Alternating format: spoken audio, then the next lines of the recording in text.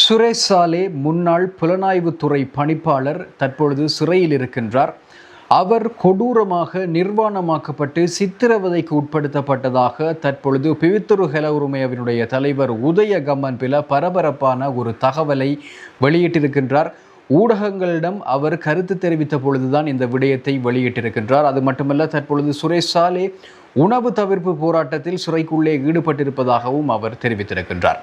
புத்தளத்தில் ஒரு சோகத்தை ஏற்படுத்திய ஒரு சம்பவம் நிகழ்ந்திருக்கின்றது. ஒரே குடும்பத்தைச் சேர்ந்த 3 சகோதரர்கள், 2 பெண்கள், ஒரு ஆண், 25, 19, 18 வயது உடையவர்கள் கடலிலே குளிக்க சென்ற பொழுது அநியாயமாக கடல் அலையினால் அடித்து செல்லப்பட்டு உயிரிழந்திருக்கின்றார்கள். இந்த சம்பவம் அந்த பகுதியிலே பெரும் சோகத்தை அந்த பகுதி மக்களிடமும் குறித்த குடும்ப உறவினர்களிடமும் ஏற்படுத்தி இருக்கின்றது. மேலதிக விவரங்களை பார்க்கலாம். வணக்கம், நான் உமாசங்கர் ஆரூரன். என்னுடைய வலையொலி பக்கத்தை சப்ஸ்கிரைப் செய்யாது பார்த்து கொண்டிருப்பவர்கள் சப்ஸ்கிரைப் செய்து கொள்ளுங்கள்.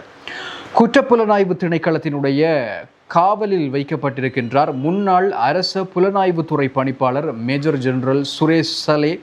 அவர் தனக்கு இழைக்கப்படும் சித்திரவதைகளுக்கு எதிராக சாகும் வரை உண்ணாவிரத போராட்டத்தை ஆரம்பித்திருக்கிறார் என்று பிவித்துரு ஹெல உரிமையவினுடைய தலைவர் உதய கம்மன்பில தெரிவித்திருக்கின்றார். இது குறித்து ஊடகங்களிடம் அவர் தகவல்களை வெளியிட்டிருக்கின்றார். அதில் தெரிவிக்கும் பொழுது, முன்னாள் அரச புலனாய்வுத்துறை பணிப்பாளர் மேஜர் ஜெனரல் சுரேஷ் சலே நீதிமன்ற உத்தரவின்றி ஜனாதிபதியின் தனிப்பட்ட உத்தரவின் பேரில் பயங்கரவாத தடை சட்டத்தை பயன்படுத்தி பழிவாங்கலாக கைது செய்யப்பட்டுள்ளார். இந்த கைதுக்கு எதிரான வழக்கு தற்போது நீதிமன்றத்தில் நிலுவையில் உள்ளது. இந்த நிலையில் சிஐடி காவலில் தனக்கு இழைக்கப்படும் அநாகரிகமான சித்திரவதைகளுக்கு எதிர்ப்பு தெரிவித்து நேற்று முன்தினம் வெள்ளிக்கிழமை இரவு முதல் அவர் உணவு, நீர் மற்றும் மருந்துகளை முற்றாக மறுத்து இந்த அபாயகரமான உண்ணாவிரத போராட்டத்தை ஆரம்பித்துள்ளார். நேற்று முன்தினம் இரவு அவருக்கு ஒரு கரண்டி சோறும் முள்ளங்கி சோறும் மாத்திரமே ஒரு பழைய பத்திரிகை தாளில் வைத்து வழங்கப்பட்டிருக்கிறது. அதுவும் நிலத்தில் கொட்டியிருக்கிறது. இதனால் மனதளவில் கடுமையாக பாதிக்கப்பட்டுள்ள அவர் தன்னை மிருகங்களை விட மோசமாக நடத்துகின்றார்கள் என நேற்று காலை தன்னை தேடி வந்த மகனிடம் அழுது புலம்பியிருக்கிறார். இவ்வாறு உதய கம்மன்பில தெரிவித்திருக்கின்றார். அதற்கு மேலதிகமாகவும் அவர் சில விவரங்களை வழங்கியிருக்கின்றார். கொழும்பு நீதவான் நீதிமன்றத்தில் சமர்ப்பிக்கப்பட்ட தேசிய தடயவியல் மருத்துவ அறிக்கையின்படி சுரேஷ் சலே கடுமையான பாலியல் மற்றும் உடல் ரீதியான சித்திரவதைகளுக்கு உள்ளாக்கப்பட்டுள்ளார் என்பது உறுதியாகியுள்ளது. கைது செய்யப்பட்டு 7 நாட்களின் பின் ஏனைய 13 கைதிகள் முன்னிலையில் அவரது ஆடைகள் அனைத்தும் களையப்பட்டு கைவிலங்கிடப்பட்டு மலக்குடல் பகுதி அதிகாரியொருவரால் சோதனைக்கு உட்படுத்தப்பட்டுள்ளது. அவர் 6'4" அடி அளவுள்ள மிகச்சிறிய அறையில் அடைக்கப்பட்டு 40 நாட்கள் வெறும் தரையிலேயே தூங்க வைக்கப்பட்டுள்ளார்.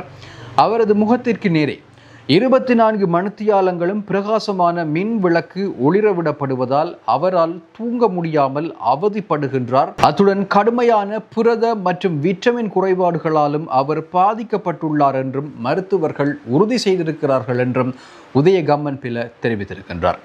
உயிர்த்த ஞாயிறு தாக்குதலை இராணுவத்தினரே நடத்தினர் என்ற பொய் பிரசாரத்தை தற்போதைய திசை காட்டிய அரசால் நிரூபிக்க முடியவில்லை. இதனால் சுரேஷ் சலேவை தற்கொலைக்கு தூண்டி அனைத்து ரகசியங்களையும் அவருடன் புதைத்துவிட அரசு முயல்கின்றது.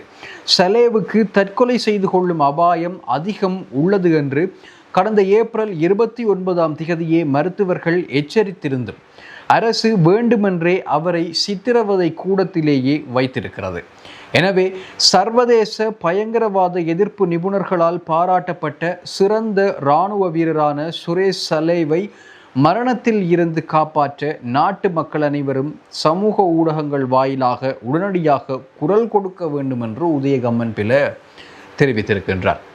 இதேவேளை சுரேஷ் சாலேவுக்கு எதிரான குற்றச்சாட்டுக்கள் இந்த ஈஸ்டர் தாக்குதலோடு சம்பந்தப்படுத்தப்பட்டு பாரிய குற்றச்சாட்டுகள் முன்வைக்கப்பட்டிருந்தன. அவற்றில் பல வெளிவராத பல உண்மைகள் இந்த அரசாங்கம் ஆட்சிக்கு வந்ததன் பின்னர் வெளியாகி இருந்தமை குறிப்பிடத்தக்கது. அடுத்தது புத்தளத்திலே இடம்பெற்றிருக்கக்கூடிய இந்த ஒரு சோகமான ஒரு சம்பவம்.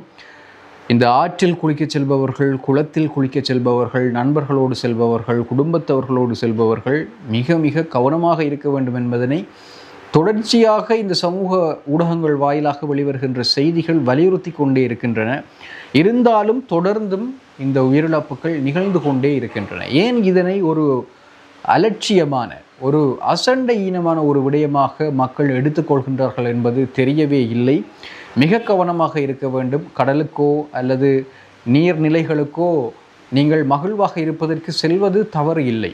ஆனால் அங்கு கால் வைத்து உள்ளே இறங்குவதற்கு முன்பதாக நீங்கள் சிந்தித்தே ஆக வேண்டும். கட்டாயம் சிந்திக்க வேண்டும். ஒன்றுக்கு பல முறை நீங்கள் சிந்தித்தாக வேண்டும். இந்த சம்பவம் கட்பிட்டி தழுவை கடலில் குளிக்கச் சென்ற ஒரே குடும்பத்தைச் சேர்ந்த சகோதரிகள் 2 உட்பட 3 அலைகளில் சிக்கி மூழ்கி உயிரிழந்த சோக சம்பவம் நேற்று சனிக்கிழமை இடம்பெற்றிருக்கிறது. புத்தளம் தில்லையடி பகுதியைச் சேர்ந்த 25 வயதுடைய இளைஞர் ஒருவரும் 18 மற்றும் 19 வயதுடைய 2 இளம் பெண்களும் இவ்வாறு உயிரிழந்திருக்கிறார்கள். நேற்று மாலை இவர்கள் தங்களது குடும்பத்தினருடன் தழுவை கடற்கரைக்கு சுற்றுலா சென்றிருக்கிறார்கள். அங்கு அவர்கள் கடற்கரையில் விளையாடி கொண்டிருந்த வேளையில் அப்போது பலத்த காற்று வீசி இருக்கிறது. அந்த காற்று காரணமாக அலையில் சிக்கி எதிர்பாராத விதமாக கடலுக்குள் அவர்கள் இழுத்து செல்லப்பட்டிருக்கிறார்கள்.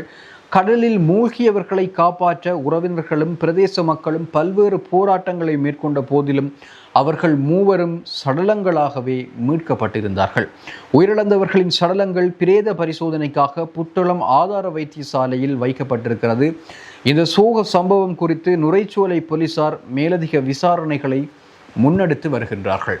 ஆகவே இது ஒரு குடும்பத்தை சிந்தித்து பாருங்கள். ஒரே குடும்பத்தில் 3 பிள்ளைகளை அவர்கள் இழந்திருக்கிறார்கள். அந்த குடும்பத்திற்கு இனி என்ன இருக்கிறது? அந்த வாழ்க்கையில் என்ன அவர்களுக்கு இருக்கின்றது? ஆகவே சற்று சிந்தியுங்கள். நீங்கள் மகிழ்ச்சிக்காக, உங்களுடைய பொழுதை போக்குவதற்காக செல்லுகின்ற நீர்நிலைகளில் மிக அவதானமாக இருக்க வேண்டும். உங்களுடைய பாதுகாப்பை உறுதிப்படுத்தி கொண்டு அந்த தண்ணீரால், அந்த தண்ணீரினுடைய மட்டத்தால் உங்களுடைய உயிருக்கு எந்த ஆபத்தும் வராது என்பதனை 100க்கு 1000% உறுதிப்படுத்தி கொண்டு நீங்கள் அதற்குள்ளே கால் வைக்க வேண்டும். பல செய்திகள் வந்துவிட்டன. அடுத்த செய்தியும் வரத்தான் போகிறது. அதை தடுப்பதற்கு ஒவ்வொருவரும் சிந்தித்தாக வேண்டும். நீர்நிலைகளுக்குள் இறங்குவதற்கு முன்னர் உங்களுடைய கருத்துக்களை தெரிவியுங்கள். மற்றும் ஒரு காணொளியில் சந்திக்கலாம்.